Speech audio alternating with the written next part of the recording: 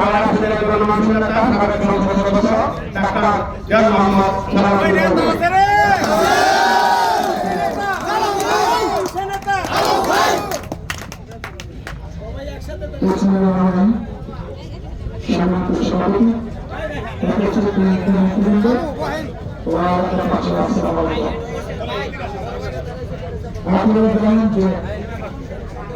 গত 5 আগস্ট এই বাংলাদেশ নতুন করে স্বাধীনতা অর্জন করল। অনেকে বলতে পারেন কি কর, স্বাধীনতাটা 71 সালে হয়েছিল, 5 আগস্ট 2024 স্বাধীনতা বলেন কেন? কারণ স্বাধীনতা, সত্যিকারের স্বাধীনতা 71 সালে হয়েছিল। সেই স্বাধীনতা আমরা ঠিক মতো ভোগ করার আগে বিগত 15 বছর আমরা ভিন্ন মত বললাম, যারা আমরা আওয়ামী লীগকে পছন্দ করি না, সমর্থন করি না, আওয়ামী লীগের সাথে ছিলাম না, আমরা একটি দল করলাম, বিএনপি এবং আরো কিছু দল যারা আওয়ামী লীগের বিরোধিতা করেছে, তাদেরকে কিন্তু 15 বছর শান্তিতে থাকতে দেওয়া হয় না। আমি আমার এলাকায় আসতে পারবো না, পুলিশ যাকে ইচ্ছা তাকে ধরতে পারবে, পুলিশ ধরে নিয়ে নির্যাতন করতে পারবে, রিমান্ডের নামে মিথ্যা মামলা দিতে পারবে, ইচ্ছা মতো মাসকে মাস জেলে আটকে রাখতে পারবে। এর নাম স্বাধীনতা হয়?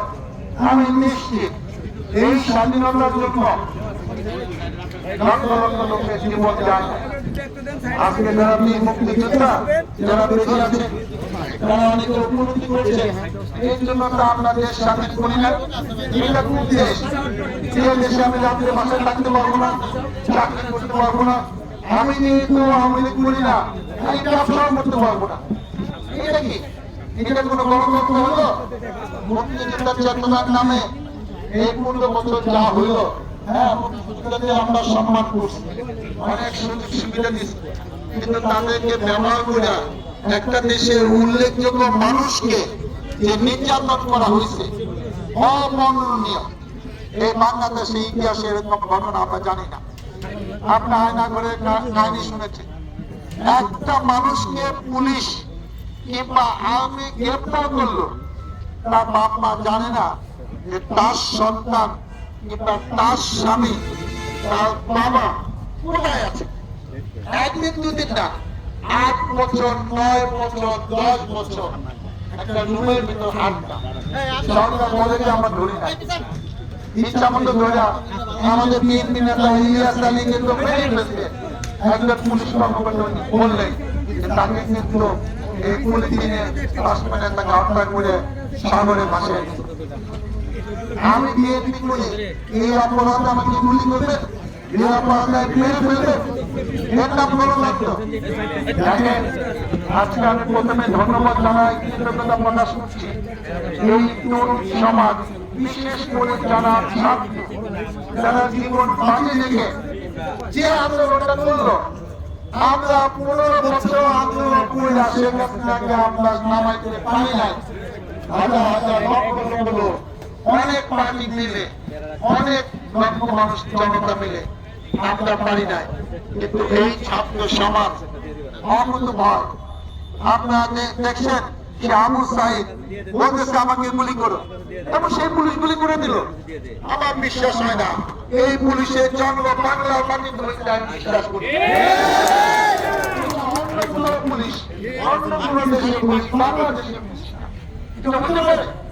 একজন বলছে গুলি করে, আমি গুলি করে দেবো, পারে নাকি?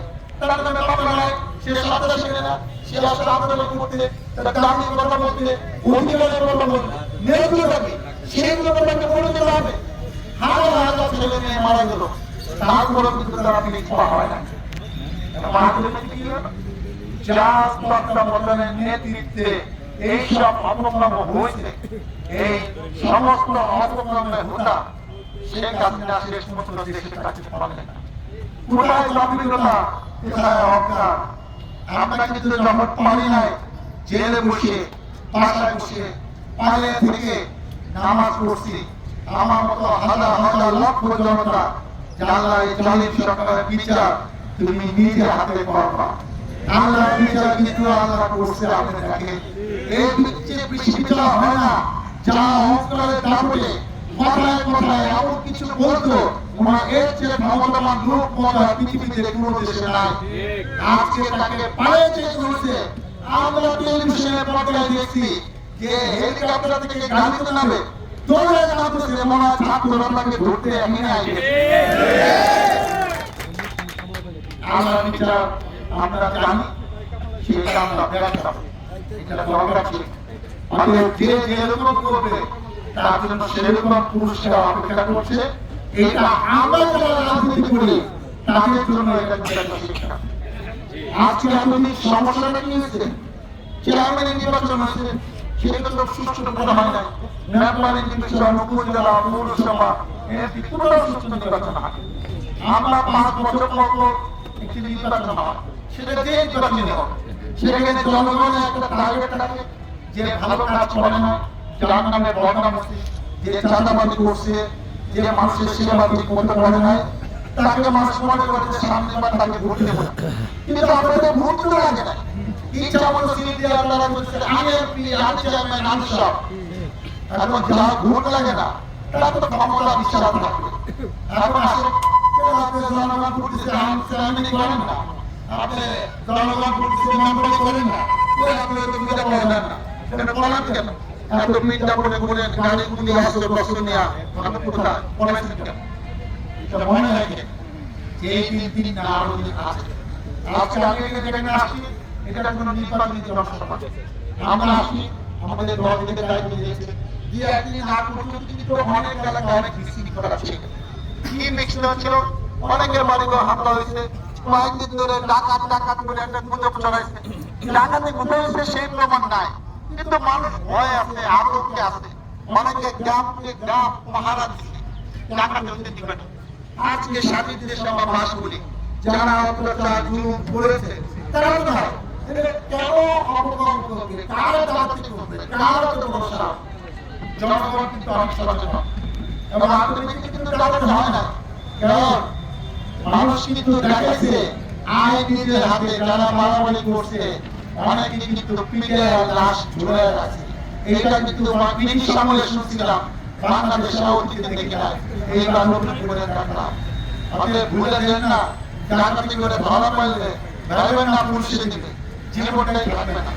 জনগণ যারা ধরে তারা কিন্তু পুলিশে যায় না, বিচার কিন্তু নিজের হাতে করে ফেলে। অনেক শিক্ষা প্রতিষ্ঠান, অনেক ধর্মীয় প্রতিষ্ঠান এই যে হিন্দুদের মন্দিরে হামলা করার জন্য অনেক এলাকায় গিয়েছিল। কেন হিন্দু মুসলমান খ্রিস্টান আমরা ভাই ভাই। আজকে 25শে ডিসেম্বর খ্রিস্টানদের বড়দিনে, আজকে দুর্গা পূজায় যত মুসলমান ভাইয়েরা সেই সব অনুষ্ঠানে যায়, অত হিন্দু খ্রিস্টানদের তো যায়। আমাদের কারণে সেই সব অনুষ্ঠান অনেক সুন্দর হয়, জাগ্রত হয়, আমরা সেখানে অংশগ্রহণ করি। এইটা একটা ধর্ম নিরপেক্ষ রাষ্ট্র, হিন্দু মুসলমান হিন্দু খ্রিস্টান ভাই ভাই, আমরা সবাই মিলে একসাথে থাকতে চাই। ওদেরকে প্রতিপক্ষ বানায় না, ওদের পরিবারে হামলা করেন না। আমরা চাই সবাই শান্তিতে বসবাস করি। একটি নতুন সরকার দায়িত্ব নিয়েছে, তারা তাদের যৌক্তিক সময় নির্বাচন দেবে।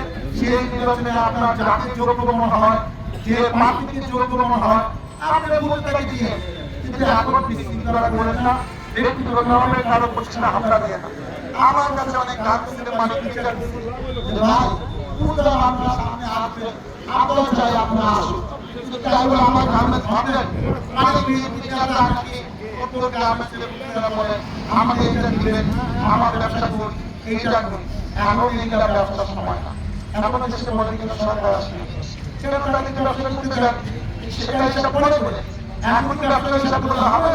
তাহলে আওয়ামী লীগের সঙ্গে বর্তমানে ওরা তো মনোযোগ করছে, আমার নতুন মনোযোগতা আমরা তৈরি করেছি, এইটার কোনো প্রয়োজন না। একটা বিশেষ প্রেক্ষাপট হচ্ছে, একটু ধৈর্য ধরে জাতীয় এলাকায় আপনারা নিজেরা শৃঙ্খলা বজায় রাখেন।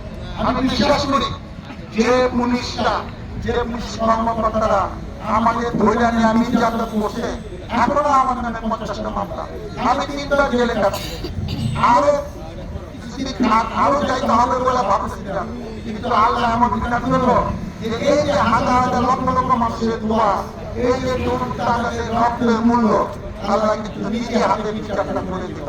এই লক্ষ লক্ষ পুলিশ এবং তাদেরকে এত সুবিধা দিয়া তাদেরকে আঙুল মিলা কলাগাছ বানাইছে, কেউ তাকে রক্ষা করতে পারলো না। ক্ষমতা কিন্তু আল্লাহর কাছে, আর ক্ষমতা থাকে কয়দিনের ক্ষমতা, এটার জন্য আমাদের সারা জীবনে একটা শিক্ষা হয়। আসলে আমরা যাদের এলাকার শান্তিটা বজায় রাখি, কোনো বেশি দুরা করেন না। এই দেশ আমার, এই এলাকা আমার, আপনার, আমরা শান্তিতে বসবাস করতে চাই। যারা ভোট করতে অন্যায় করতে তারা পলাইছে, তাদের বিচার কি হবে আমি জানি না। এটা সরকার দেখবে, নতুন সরকার চিন্তা করছে কাকে কাকে মামলায় আনবে, কাকে কাকে নামে বিচার করবে।